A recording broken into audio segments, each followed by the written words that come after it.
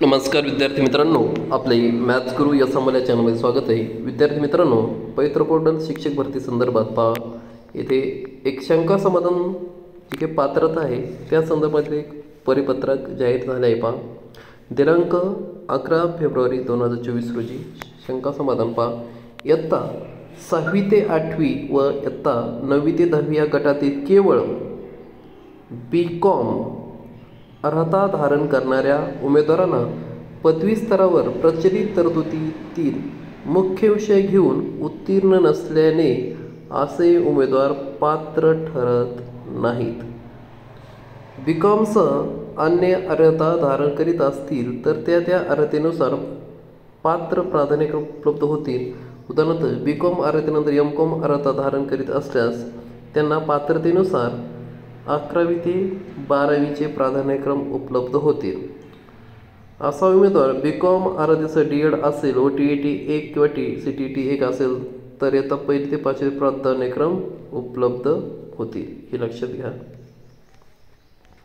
त्यानंतर इयत्ता 6वी ते 8वी या गटातील पात्र उमेदवारांना इतिहास, भूगोल, सामाजिक शास्त्र यापैकी कोणत्याही विषयाचे प्राधान्यक्रम उपलब्ध होण्यासाठी पदवी स्तरावर मुख्य विषय म्हणून इतिहास, भूगोल, अर्थशास्त्र, समाजशास्त्र, राज्यशास्त्र, लोकप्रशासन हे मुख्य विषय असणारे उमेदवार पात्र राहतील. काही उमेदवारांना शासन निर्णय 28 मार्च 2006 नंतर जन्मल्या हयात अपत्यांची संख्या 2पेक्षा अधिक अथवा दुसऱ्या अपत्याच्या वेळी जुळे अथवा तिळे असल्यास असे उमेदवार नोकरीसाठी पात्र नाहीत.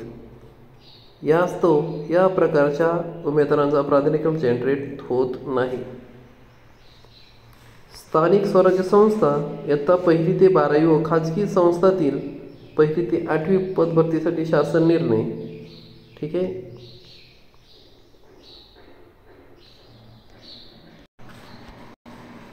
इयत्ता 1ली ते 5वी इयत्ता 12वीमध्ये खुला प्रवर्ग पाहिजे. किमान 45% मार्क्स अपेक्षित आहे आणि आरक्षित असेल तर 40% गुण लागतात.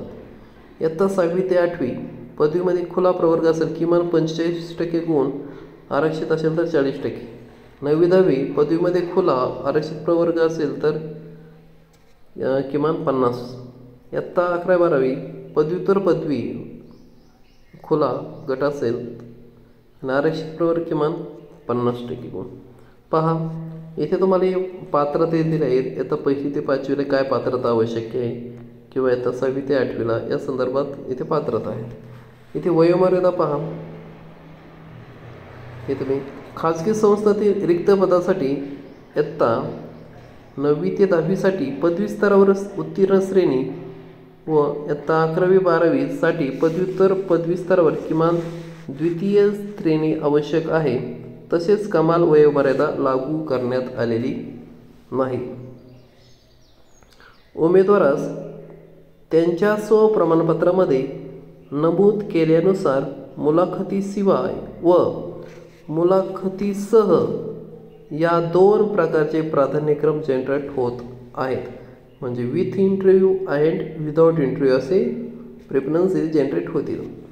उमेदवार त्यांच्या सोयीनुसार पसंतीक्रम नमूद करून प्राधान्यक्रम लॉग करणार आहे.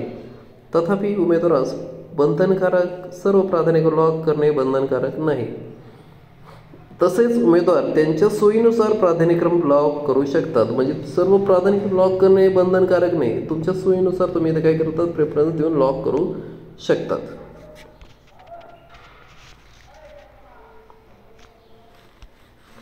उमेदवारास सध्या आलेल्या जाहिरातीनुसार त्यांच्या सोयीचे पद नसल्यास उमेदवार आता आलेले प्राधान्यक्रम लॉग केले नाहीत तरी उमेदवार यानंतर नव्याने जाहिराती आल्यास त्यास तो पात्र राहणार आहे.